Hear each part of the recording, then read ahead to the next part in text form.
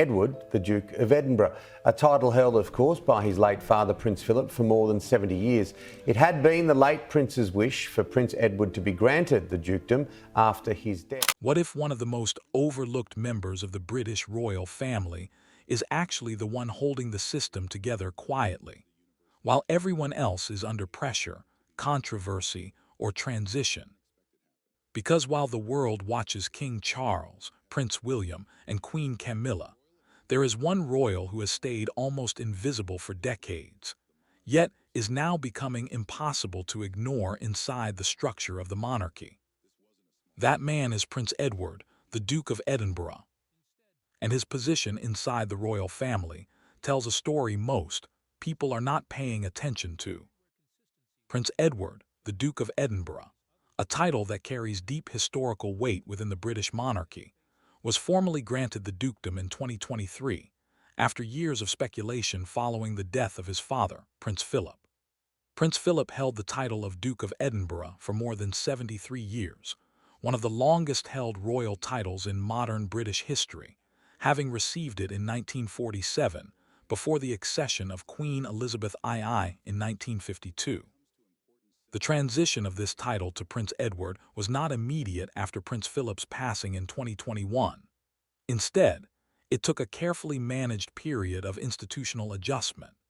The delay reflected the monarchy's structured approach to titles, duties, and succession planning, where even symbolic transfers are tied to broader considerations of royal roles, public duty distribution, and long-term institutional balance. Prince Edward has long been one of the least publicly scrutinized senior royals, despite being the youngest child of Queen Elizabeth II and Prince Philip. Born in 1964, he is currently positioned 15th in the line of succession to the British throne as of 2026, reflecting how far removed he is from direct constitutional responsibility compared to senior heirs like Prince William and his children. Statistically, his public profile has historically been significantly lower than other senior royals. According to multiple UK polling datasets, including long-term tracking by YouGov, Edward and Sophie, Duchess of Edinburgh, have maintained relatively stable public favorability ratings in recent years, typically ranging around 45%–55% positive sentiment, with low unfavorable ratings compared to more polarizing senior royals. For comparison, other senior royal figures have shown wider fluctuations in public approval depending on media cycles, health disclosures, or political context. After the death of Queen Elizabeth II in 2022 and the accession of King Charles III, the structure of royal duties shifted significantly. King Charles reduced the number of working royals and streamlined engagements, increasing reliance on a smaller group of senior working members. In this redistribution, Edward and Sophie gradually took on more international and domestic engagements, particularly in areas connected to education, youth programs, the Commonwealth, and disability advocacy. For example, in 2023–2025, the Duke and Duchess of Edinburgh conducted multiple official overseas tours representing the Crown, including engagements in Southeast Asia, Africa, and the Pacific regions. These visits were part of the monarchy's broader diplomatic outreach strategy, especially as the number of full-time working royals has declined to fewer than 10 core senior figures. Within the institutional framework, the British monarchy operates less like a political hierarchy and more like a managed public service organization, where visibility, workload, and representation are carefully distributed. In that structure, even relatively low-profile royals like Prince Edward play a stabilizing role by covering engagements that reinforce continuity without drawing excessive media attention. At the same time, public opinion data shows a measurable contrast in perception among senior royals. While King Charles III has maintained an approval rating averaging around 55%–60% in recent UK polling cycles, Queen Camilla's ratings have fluctuated more significantly, often ranging between 40%–50%, depending on the period and media focus.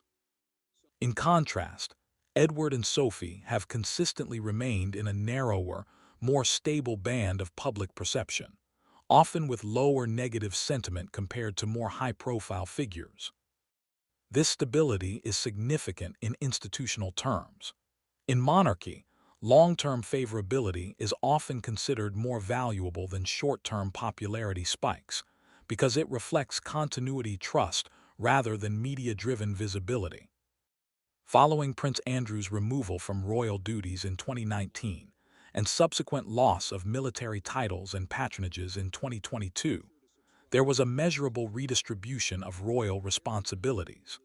Official palace communications confirmed that multiple patronages and ceremonial roles previously associated with Andrew were reassigned to other working royals, including Edward and Sophie.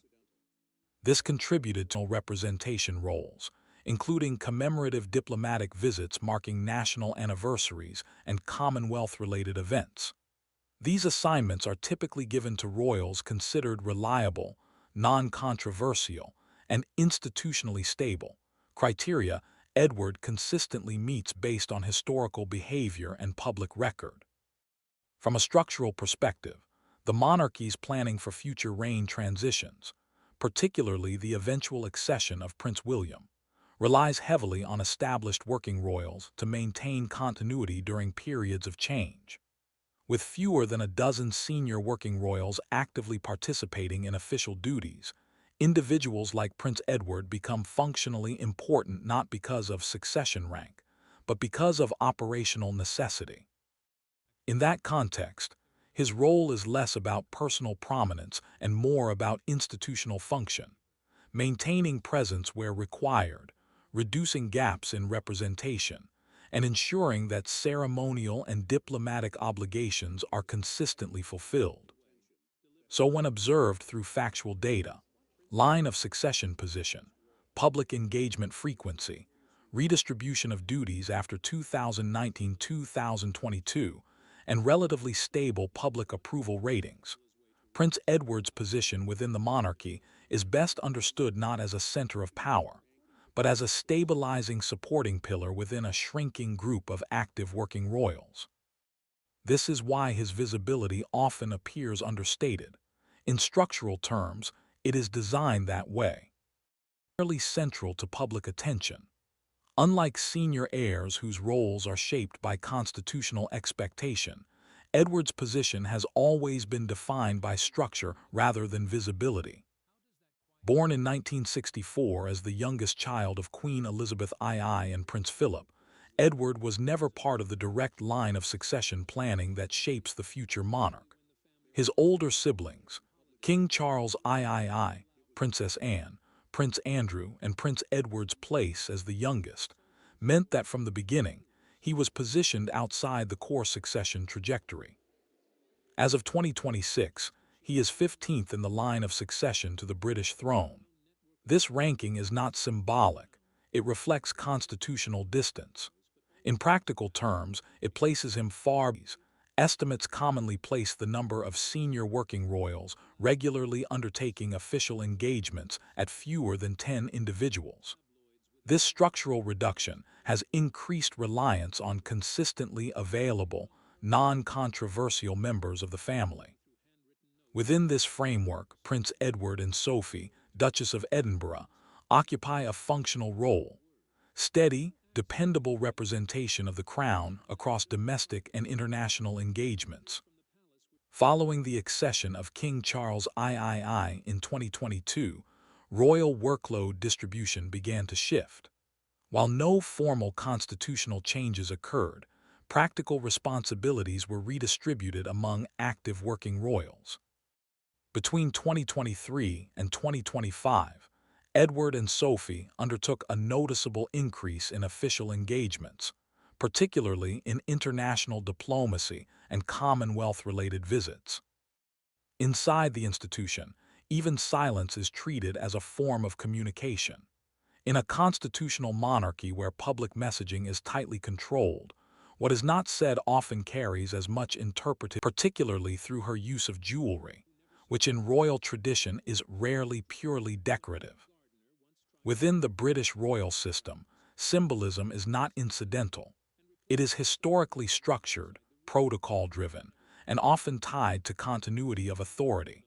From regalia to insignia, visual elements have long been used to communicate legitimacy, lineage, and institutional stability without requiring verbal explanation. Brooches occupy a particularly significant place in this, selected with specific meaning in mind, commemorating events, signaling allegiance, or referencing institutional milestones. In early 2023, one brooch worn by Queen Camilla attracted attention due to its design and timing. The piece, shaped in the form of the Tudor crown and set with sapphires, rubies, and emeralds, was widely interpreted by royal commentators as symbolically linked to King Charles III's royal cipher and broader historical lineage. The Tudor crown itself is not a casual motif. It is a historically significant emblem associated with monarchical interpretations are not officially confirmed by Buckingham Palace, which traditionally does not comment on symbolic intent in royal attire. However, in royal analysis, the meaning is derived from historical precedent rather than explicit statement. While Queen Camilla's symbolic visibility is often expressed through carefully selected visual elements, the operational role of other senior royals, particularly Prince Edward and Sophie, Duchess of Edinburgh, has evolved in a different direction. Rather than engaging in symbolic communication through attire or visual motifs, their contribution is primarily functional. Their public duties are centered on engagement continuity, the monarchy's global presence, especially as the number of full-time working royals has declined to fewer than 10 active senior figures in recent years. Public sentiment provides a quantifiable layer of context to these roles. According to long-term UK polling trends, including data sets frequently cited by YouGov, Edward and Sophie have maintained relatively stable approval ratings in the approximate range of 45%–55% positive sentiment in recent cycles, with comparatively low levels of negative opinion. By contrast, Queen Camilla's public approval has shown greater variability, often fluctuating around the low to mid-40% range depending on the period and media cycle. King Charles III has generally maintained higher approval levels, often reported around 55%–60%, reflecting the distinction between the sovereign and consort roles. While these figures do not determine constitutional authority, they do influence how frequently and in what capacity royals are deployed for public-facing engagements, particularly those requiring neutrality and broad public acceptance. A major structural factor influencing the roles of senior royals in this period has been the redistribution of duties following Prince Andrew's removal from public royal life.